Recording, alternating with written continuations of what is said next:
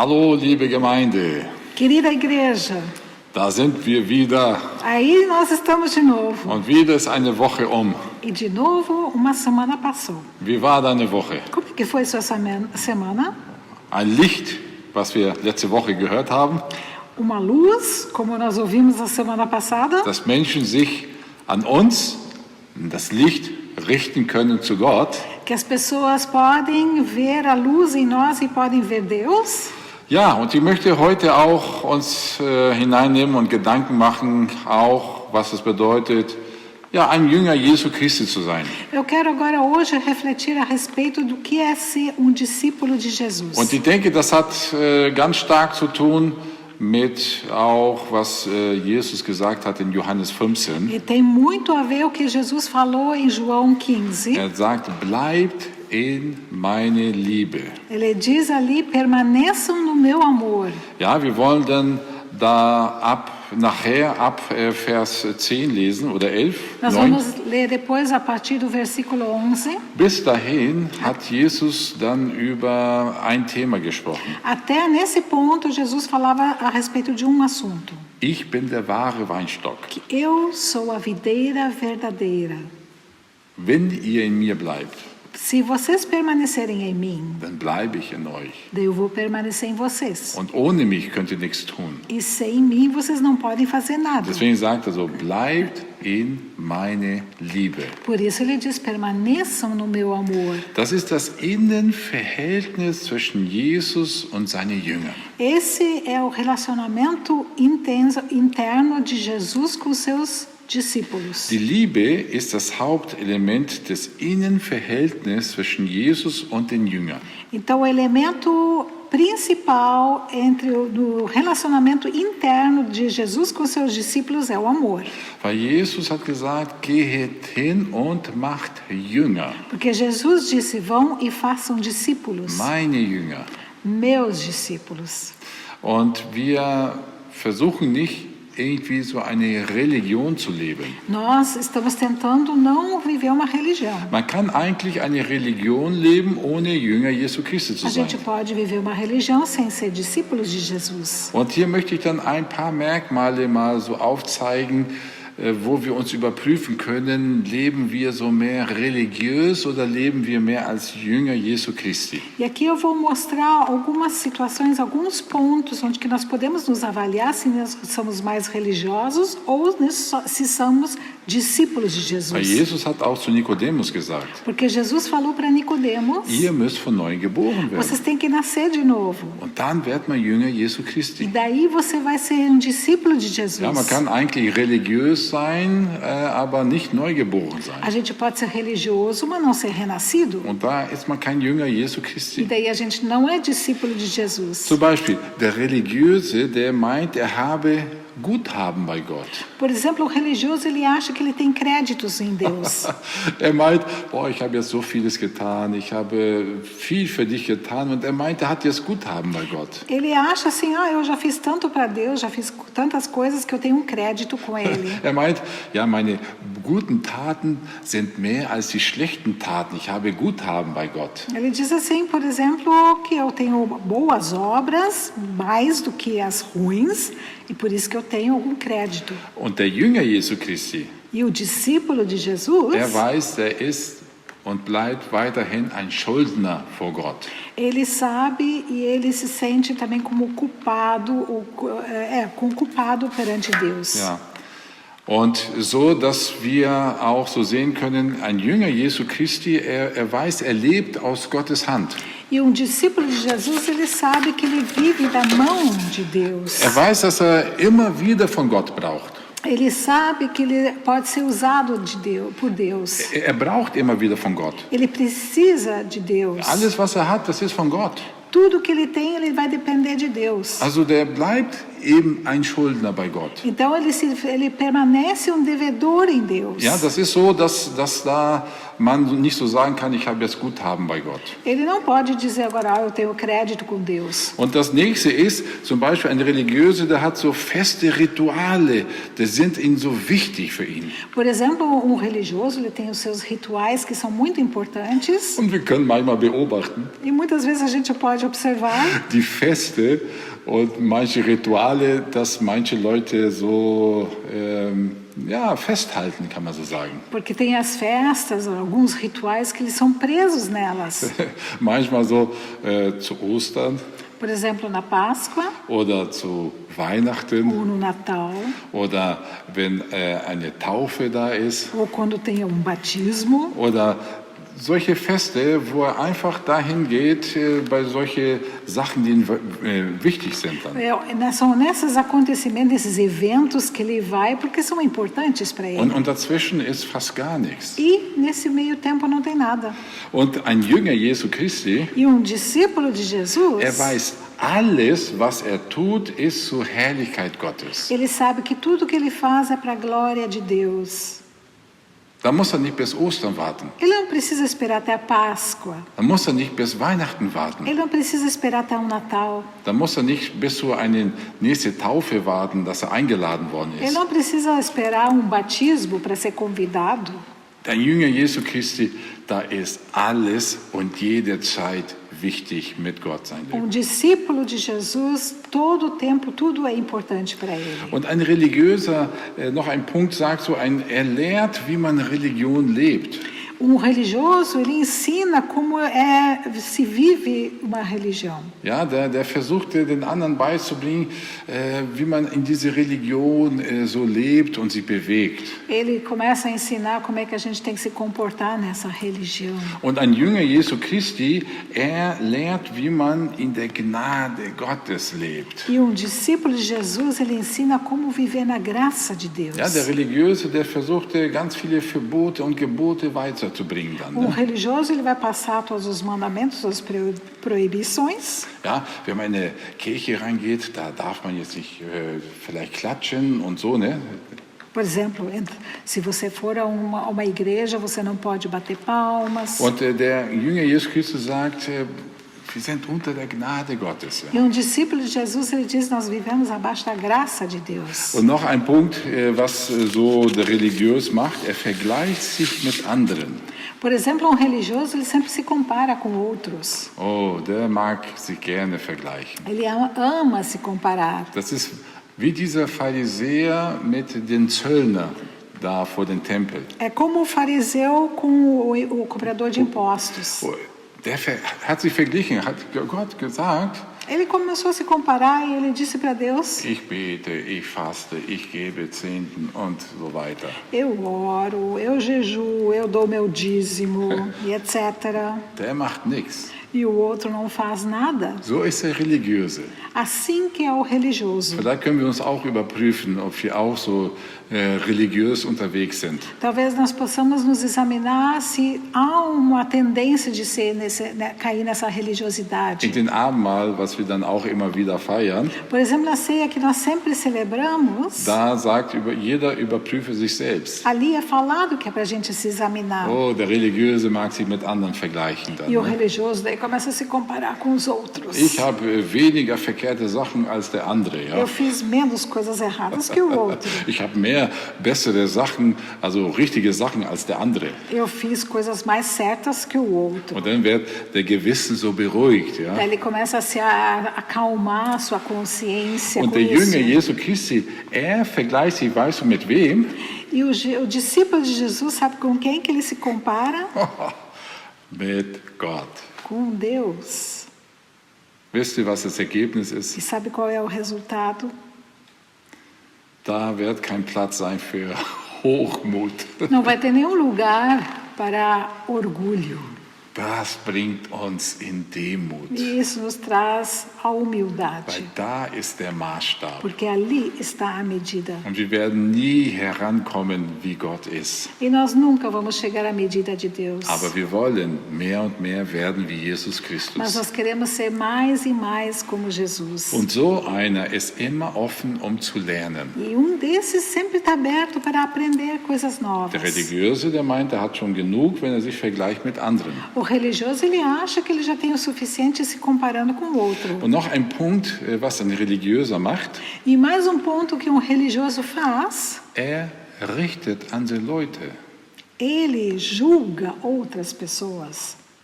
Das Wort Gottes sagt, nicht den Finger zeigen.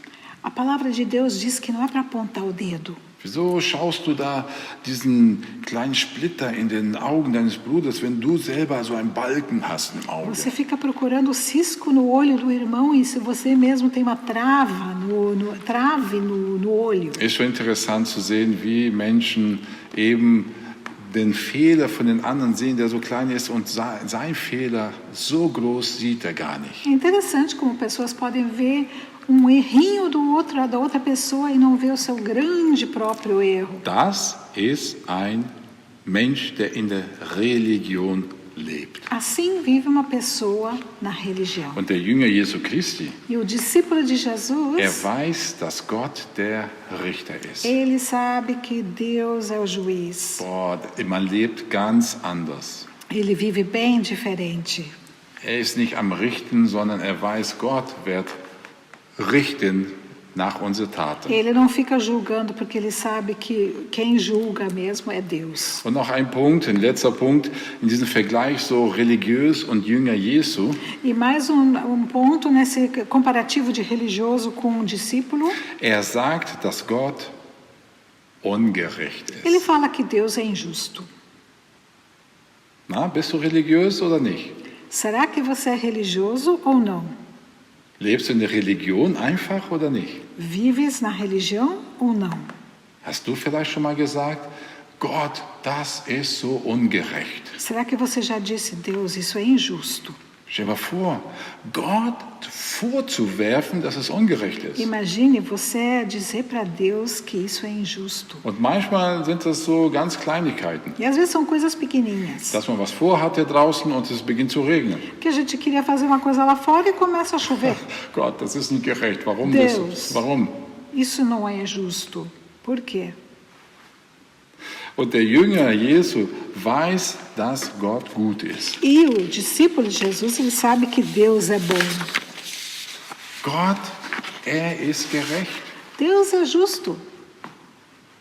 Und deswegen, das sind so ein paar Vergleiche zwischen in der Religiosität zu leben oder ein Jünger Jesu Christi zu sein. Esse é comparativo de viver como religioso ou ser discípulo de Deus, de Und dann Jesus. kommt jetzt so, das waren nur ein paar Gedanken, aber Vers 11, was Jesus hier so sagt, in Johannes 15, E agora, esses foram os pensamentos que nós vamos agora ver o versículo 11, onde que Jesus fala. und Jesus sagt, das habe ich, er spricht zu seinen Jüngern, das habe ich euch gesagt, damit meine Freude in euch sei und eure Freude vollkommen werde. Jesus fala para os seus discípulos: Tenho-lhes dito estas palavras para que a minha alegria esteja em vocês e a alegria de vocês seja completa. Ja, er sagt, das habe ich euch gesagt. Ele diz: Isso foi o que eu te falei. Eu falei para vocês. Was hat er gesagt? O que ele falou? Weil das ist sehr wichtig, weil er sagt, damit meine Freude in euch sei. Ele fala aqui que é para minha alegria estar em vocês, Damit eure Freude vollkommen werde. para que a alegria de vocês seja completa. Das ist noch ein Kennzeichen von den Jünger Jesu Christi, Essa é uma característica de discípulo de die Jesus, Freude haben, que tem alegria, eine vollkommene Freude zu haben. tem uma alegria completa. Der Religiöse, O religioso, er kann sich nicht freuen. ele não consegue se alegrar. Der ist am Meckern. Ele reclama.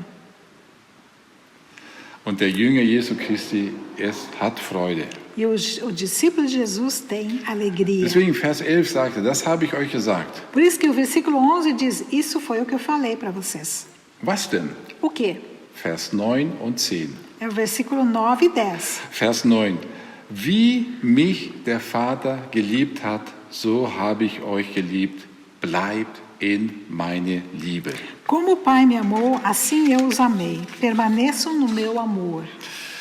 Vers 10. Wenn ihr meine Gebote haltet, werdet ihr in meine Liebe bleiben, so wie ich immer die Gebote meines Vaters gehalten habe und in seine Liebe bleibe. Se vocês obedecerem aos meus mandamentos, permanecerão no meu amor, assim como tenho obedecido aos mandamentos de meu Pai, e em seu amor permaneço.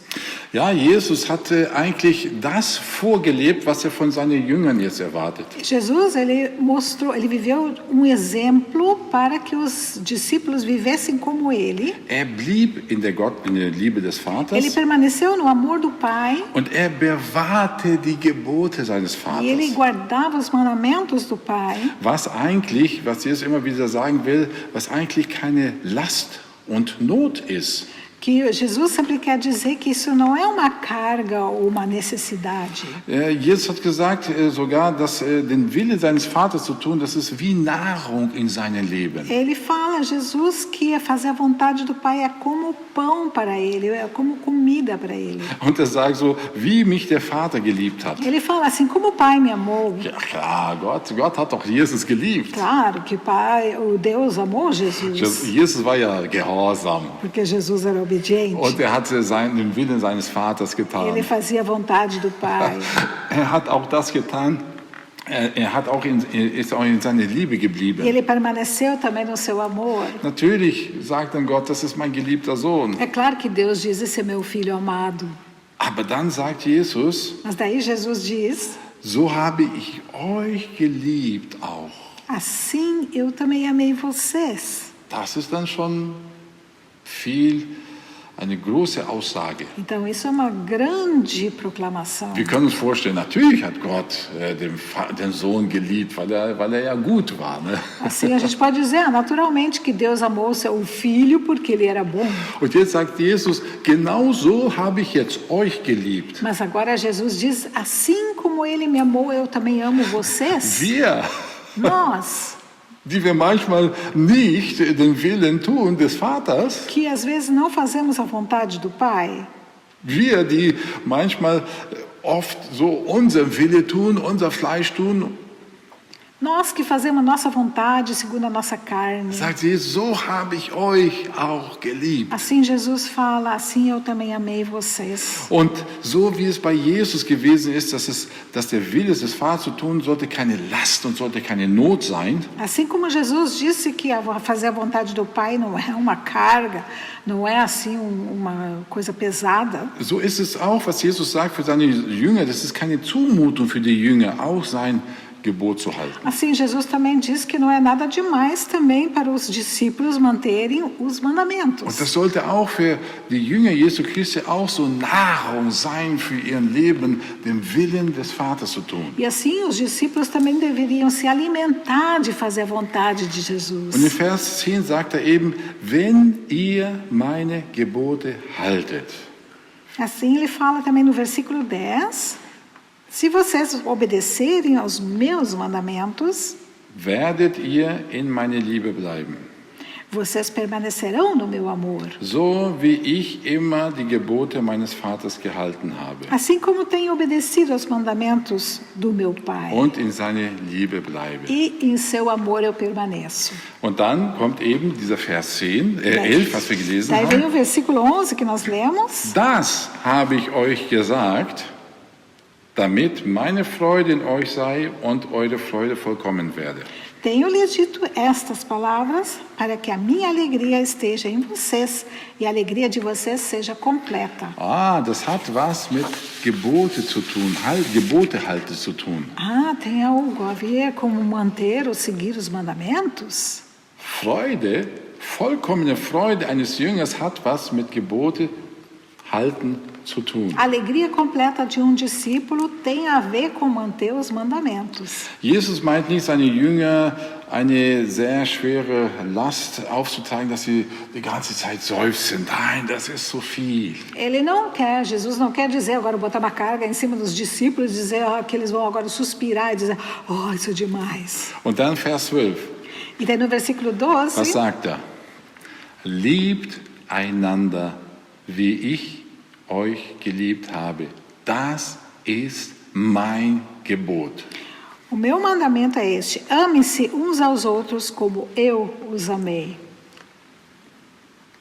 Das ist ein Gebot für einen Jünger Jesu Christi. Este é um mandamento para um discípulo de Jesus. Liebt einander. Amem-se uns aos outros. Es ist interessant, dass jetzt gesagt hat, das ist mein Gebot, Einzahl. Agora, é interessante que ele fala que esse é meu mandamento, é único. Das ist keine Mehrzahl, meine Gebote, Não são meus mandamentos, sondern mein Gebot. e sim é um Das mandamento. Gebot der Liebe. O mandamento do amor. Wisst ihr, Liebe vergisst sich selbst Porque o amor, ele esquece a si mesmo. und steht im Einsatz für den anderen. E ele está à disposição para o outro. Und deswegen, ein Jünger Jesu Christi wird immer wieder aufgefordert, in seine Liebe zu bleiben. Por isso que um discípulo de Jesus é sempre desafiado a permanecer nesse amor. Und immer wieder aufgefordert, einander zu lieben. E ele também é sempre requerido de amar o outro. Und dann Vers 14, E daí no versículo 14, er sagt so, ihr seid meine Freunde. vocês serão meus amigos. Ist das nicht toll? Não é bom? Freunde Jesu Christi zu Ser sein. amigo de Jesus. Und jetzt kommt eine Sache, was vielleicht hart klingt. E agora vem uma coisa que talvez seja dura. Dann kommt das wenn. Agora vem o se. Stell dir mal vor, Jesus stellt eine Bedingung. Então imagina agora Jesus coloca uma condição. Ihr seid meine Freunde, Vocês serão meus amigos se wenn ihr tut, was ich euch gebiete. fizerem o que eu lhes ordeno. Aus Natur aus sind wir nicht Freunde Jesu Christi. A nossa natureza não consegue ser amigo de Jesus. Aus Natur ist jeder Mensch ein Feind Gottes. Da nossa natureza nós somos inimigos de Deus. Und wenn man Feind Gottes ist man auch Feind Jesu Christi. Se a gente é inimigo de Deus, a gente também é inimigo de Jesus. Denn solange wir unser Wille tun, machen wir uns Feinde, ein Feind Gottes. Enquanto nós estivermos fazendo a nossa própria vontade, nós nos tornamos inimigos de Deus. Und diese Freundschaft zu Jesus Christus, E essa amizade com Jesus, das kann du Jesus anbieten. só Jesus pode oferecer isso. Das kann nicht von unserer Seite Não sein. pode vir do nosso lado. Jesus, du kannst mein Freund werden. Ja? Jesus, tu pode ser meu amigo, viu? Stell dir mal vor, Imagina. Jesus, Jesus, du bist auch mein Freund. tu também é meu amigo. Die Freundschaft kann nur Jesus Christus anbieten. Essa amizade somente Jesus pode oferecer. Jesus sagt, du bist mein Freund, Jesus diz, você é meu amigo, wenn du das tust, was ich dir gebiete. se tu fizeres o que eu ordeno. Ist es nicht so, wird nicht so gesagt, wenn man wahre Freunde hat, A gente não diz quando tem vários amigos verdadeiros. die Freunde sagen sich gegenseitig die Wahrheit. Os amigos, eles falam a verdade um ao outro. Genau das ist es hier. E aqui é a mesma coisa. Jesus will dein und mein Freund sein. Jesus quer ser teu e meu amigo. Und er sagt die Wahrheit. E ele fala a verdade. Und jetzt liegt es an uns, wie oft die Evangelien sagen, Agora depende de nós, como os evangelhos falam, nicht nur die Wahrheit hören que não somente ouvir a verdade und nichts umsetzen, e não praticar, sondern die Wahrheit hören und umsetzen. e sim escutar a verdade e praticar. So sind wir und bleiben wir Freunde Jesu Christi. Assim nós somos e permanecemos amigos de Der Jesus. Religiöse, O religioso, der tut sein Wille. ele faz a sua vontade. Also der hat keine Chance, Freund Jesu Christi zu Ele sein, não tem a chance de ser amigo de Jesus. wenn nicht mal Jesus der Herr sein darf. E se Jesus não pode ser nem o seu Senhor. Und in dem Buch des Jakobus sagt Folgendes. E no livro de Tiago diz o seguinte, Jakobus sagt, dass die Freundschaft zur Welt Feindschaft zu Gott Diz ist. que a amizade para o mundo é inimizade para Deus. Das ist noch ein Punkt, wo es unterscheidet von religiös sein und Jünger Jesu Christi. E é mais um ponto que define o que faz a diferença entre um religioso e um Es discípulo gibt de Menschen, die Jesus. sind so religiös Tem pessoas que são tão religiosas. und die haben so eine Freundschaft mit der Welt. Tem uma amizade com o mundo. Die Welt, die sich immer mehr und mehr von Gott entfernt. O mundo que mais e mais se distancia de Deus. Und je mehr Freundschaft wir zur Welt haben, Feindschaft haben wir dann zu Gott. Quanto mais amizade nós tivermos com o mundo, mais inimizade vamos ter com Deus. Seinen eigenen Wille zu tun, Fazer a sua própria vontade ist ein Schritt, Feindschaft gegen Gott zu sein. é um passo para a inimizade com Deus. Manchmal möchte man ja nur diese Freundschaft genießen, ja? Às vezes a gente quer somente se saborear dessa Ja? amizade. Man möchte Freund sein von Jesus A gente Christus quer ser amigo de Jesus. und genießen und nichts tun, ja? Quer ficar nessa situação e não fazer nada. Das geht gar nicht. Não existe isso. So was gibt's gar nicht. Não existe. Und Jesus sagt, wenn ihr tut, was ich euch sage. Jesus diz: se vocês fizerem o que eu ordeno, Punkt. ponto, Dann bin ich euer Freund. daí eu vou ser seu amigo, aos seus amigos, amigo de vocês. Wenn wir können es entscheiden, Nós podemos decidir wie wir unser Leben gestalten wollen. como nós queremos fazer viver a nossa vida. Gott verspricht so vieles in seinem Wort, dass wir unser Leben gestalten können. Deus fala tantas coisas como nós podemos viver a nossa vida. Und wer das schon erlebt hat oder wer das erlebt, das ist doch ein Segen. Quem já experimentou isso é uma bênção. Stell dir mal vor, voll und gar versorgt zu werden von Gott. Imagine-se suprido totalmente por Deus. Wenn wir seinen Willen an erster Stelle tun, also sein Reich an erster Stelle suchen und seine Gerechtigkeit, sind wir versorgt. Imagina, nós buscando primeiramente o seu reino, a sua justiça, nós somos supridos. Wenn wir in Jesus bleiben, dann bleibt in uns, was für ein Segen. Se nós permanecemos em Jesus, Ele permanece em nós, que bênção. Und so können wir, wenn wir zum Schluss so kommen, langsam zwei Sachen zusammentun, die zu unserer Freude beitragen. E assim, quando chegando agora para o final, nós temos duas coisas que podem contribuir para a nossa alegria. Freude zu haben, É ter alegria. vollkommene Freude zu haben. Alegria completa. Also, das ist so, eigentlich ist jeder Jünger Jesu Christi voller Freude. Por isso, na verdade, cada discípulo de Jesus é cheio de alegria. Der Religiöse nicht, O religioso não, der Jünger Jesu ja. mas o discípulo de Jesus sim. Und da können wir uns überprüfen. E é ali que nós vamos nos examinar. Haben wir Freude? Nós temos essa alegria? Haben wir vollkommene Freude? Temos essa alegria? Das ist ein Jünger Jesu Christi. Esse é um discípulo Und da de kommen Jesus. zwei Sachen zusammen, die zu dieser Freude beitragen. E tem duas coisas que contribuem para ter essa alegria: Liebe, in der Liebe amor, bleiben permanecer no amor, und Gehorsam sein. e obediência. Das führt zu Freude in unser Leben. Isso traz alegria para a nossa vida. Man kann schnell sehen, ob jemand Freude hat, vollkommene Freude hat oder nicht. A gente pode rapidamente ver se uma pessoa tem alegria completa ou não. Man kann sehen, wer Freund Jesu ist oder wer Feind Gottes ist. A gente pode ver quem é amigo de Jesus e quem é inimigo de Deus. Guck mal hier, diese Grafik. Tem um gráfico aqui: Liebe und Gehorsam amor e obediência. führt zu Freude. Leva para a alegria. Das hat ein Jünger Jesu Christi. Isso é o que um discípulo de Jesus tem. In der Liebe Christi bleiben Permanecer no amor de Jesus und gehorsam sein. e ser obediente. Was haben wir hier gerade gelesen? O que nós lemos há pouco? Liebt einander. Amem-se uns aos outros.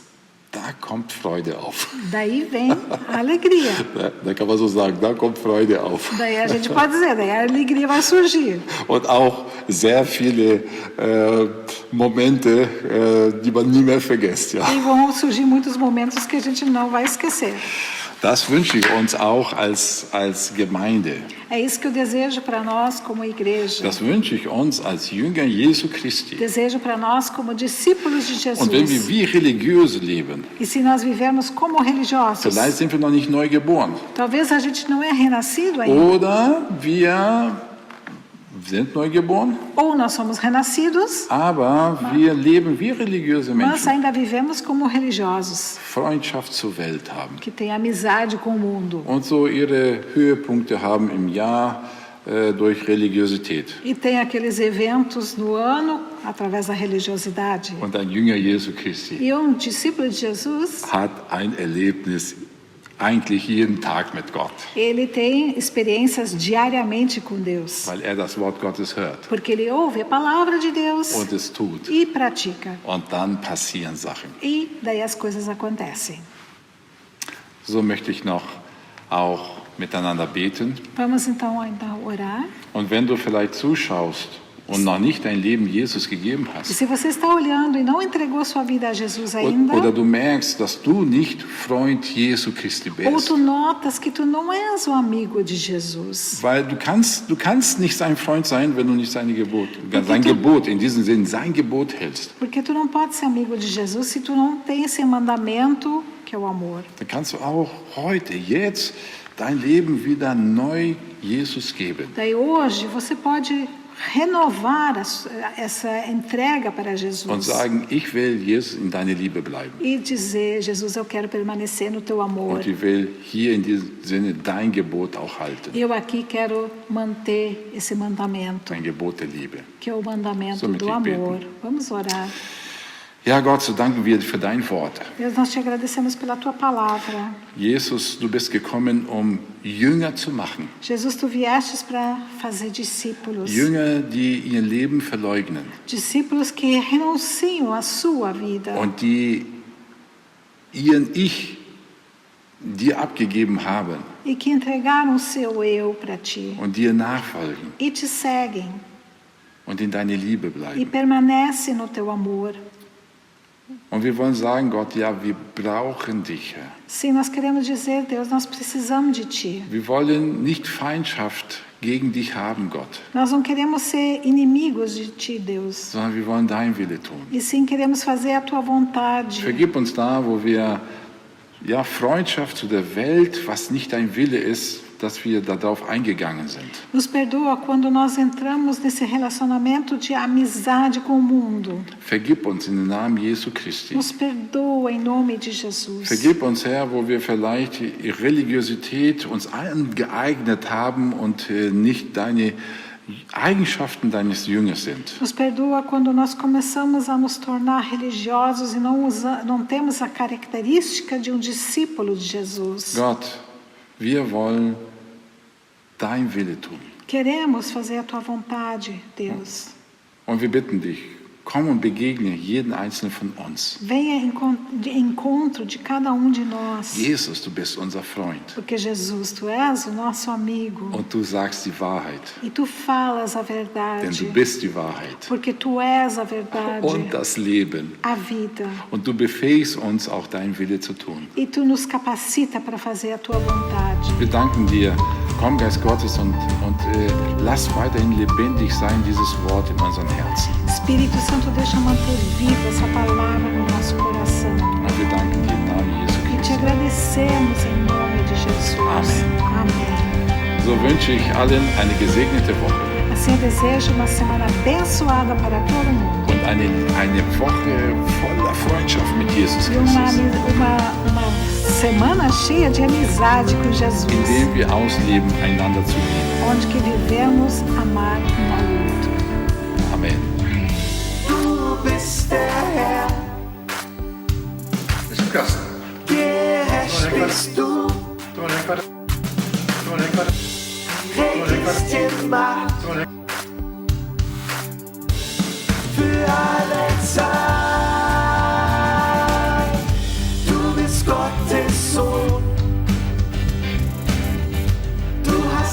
allen Macht.